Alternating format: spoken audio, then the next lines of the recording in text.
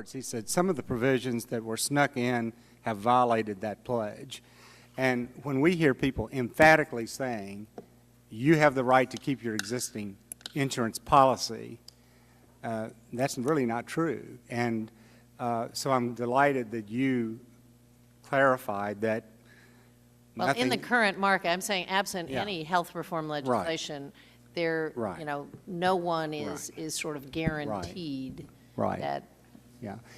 And one other comment I would just make, if this bill passes, we know that the coverage for Medicaid is going to be expanded, so the states normally pick up that cost, and we're trying to provide additional funds from the federal government because the states need it. The fact that bothers me about that is that the federal government needs money too. So basically, we've got a program here that's expanding. It's going to cost the states more money, and because they need more money from us, it's going to cost the federal government more money.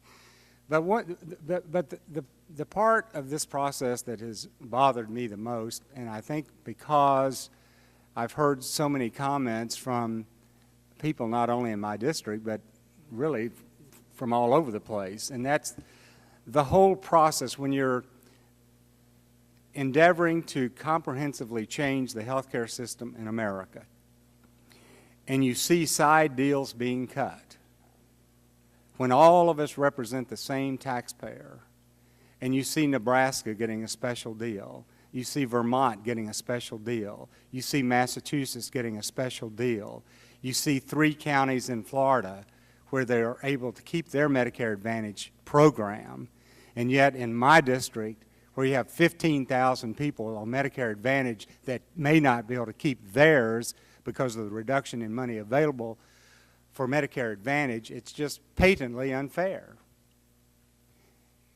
And I'm assuming that HHS worked with some of the staff on cutting some of these deals, which we understand is done to obtain votes. But as a citizen, does it bother you that if you're in a certain state or you're in a certain county that you get benefits that other taxpayers simply are not going to be able to have?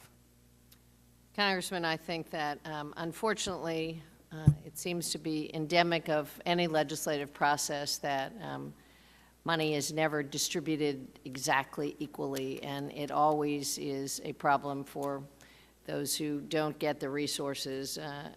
And I think this is no different, but it's been my experience that is unfortunately a pattern, whether it's appropriations or where projects are cited or you know, who's on the committee, or there often is not a actually equal distribution of any kind of resources, and I think it does make people unhappy. Well, I do too, and I think that in the one area where we should get away from that is in the healthcare area, and thank you very much.